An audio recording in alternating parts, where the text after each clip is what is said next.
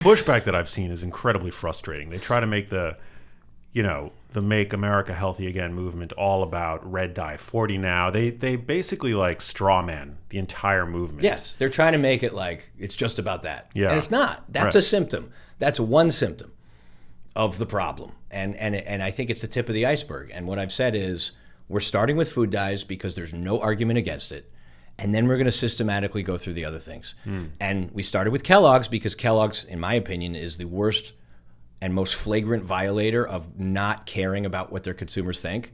Like they are pure profiteering, just want to make money, like the big FU to children. And we want to start with Kellogg's. And then actually Friday, Vonnie sent a letter to General Mills. And amazingly, because of all this movement, General Mills wrote right back. Wow. They wrote right back. They want to meet. They have some questions. And then they actually put in the paper yesterday, this is only 4 days after the letter, they put in the paper yesterday that they're going to be talking with regulators on complying with whatever the new administration wants. Wow. So it's working. Yeah. It's working. That's amazing. And, critics will say, well, you take the red dye out of Fruit Loops and it's not going to make cereal suddenly. No, it's still shit. A health food, yeah. But that's not the argument that you're making. That's it's like comparing that's like saying heroin with fentanyl is the same as heroin. Of course they're both bad, but you'd rather the one without fentanyl. Yeah, of course.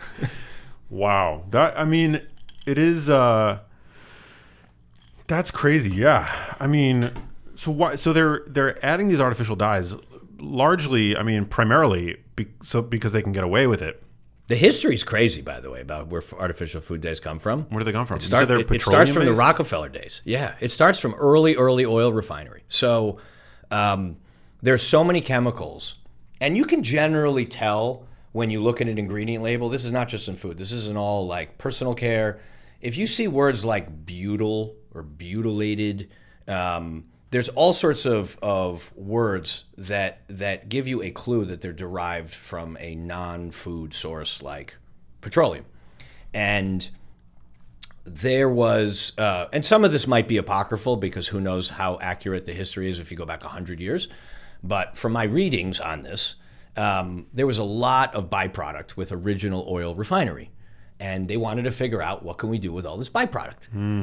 And they figured out that, we could do all sorts of things with this byproduct. We can make colors out of it, and we can add it to foods, and we can add it to dyes from clothing and all this stuff.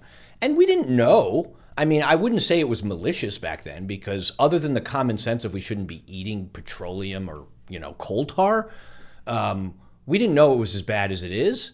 But they basically, an entire petrochemical industry was born to take these byproducts from traditional oil refinery and turn them into things that would become part of consumer products. Yeah, they could commercialize. Yeah, and that's what's happened. And what they noticed, which again was not necessarily evil, but what they noticed was as all these food companies started to scale, and a lot of these food companies were small in the 40s and 50s, but that was like the beginning of modern public stocks capitalism.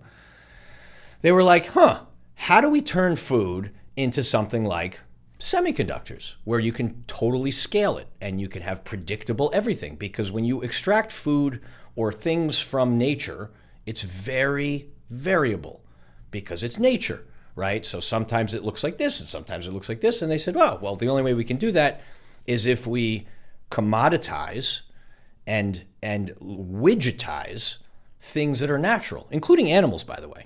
So how do we basically turn the Henry Ford model of the construction and production line? How do we do that with food? Because we figured out how to do it with all machinery and cars and phones and semiconductors.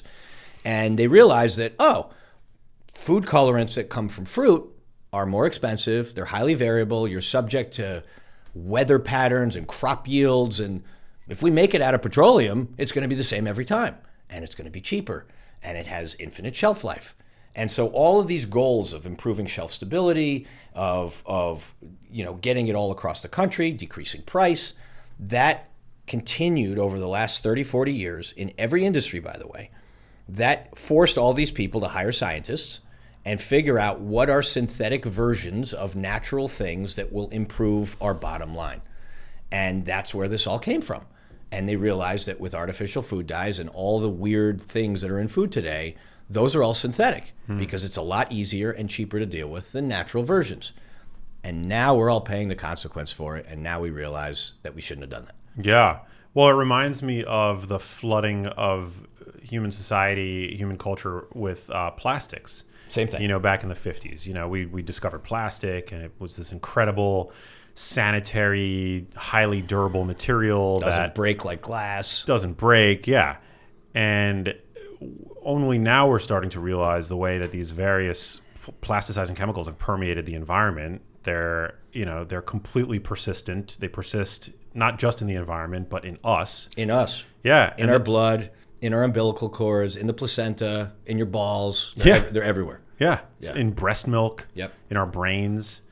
And they have biological effects. Like, they're not inert. Yes. None of these things are inert. Like, that's the thing that I think the last 20 years has really taught us, is there's no free lunch.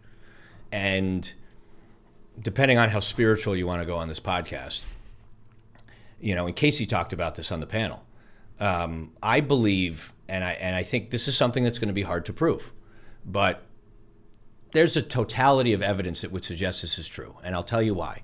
Because when I was sick in my 20s, and we're jumping all over the place, but when I was going blind at 23 and I had to figure out how to cure my eye disease, which they told me was incurable, but it obviously wasn't, because I'm here today looking at you.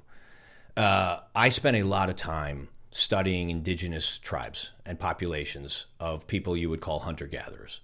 And there's a lot of information on hunter-gatherers. And thankfully, there's still a lot of peoples all over the world that live in this nomadic ancestral way.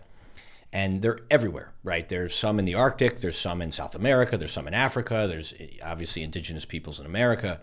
And when I started doing the research on them, and what they found is if they're truly isolated, like there's no kind of pollution or influence from modern American living. There's no obesity, there's no diabetes, there's no heart disease, and there's no mental health issues. But what's also interesting is they have no ADHD, and they have no allergies, and they have almost zero incidence of autism.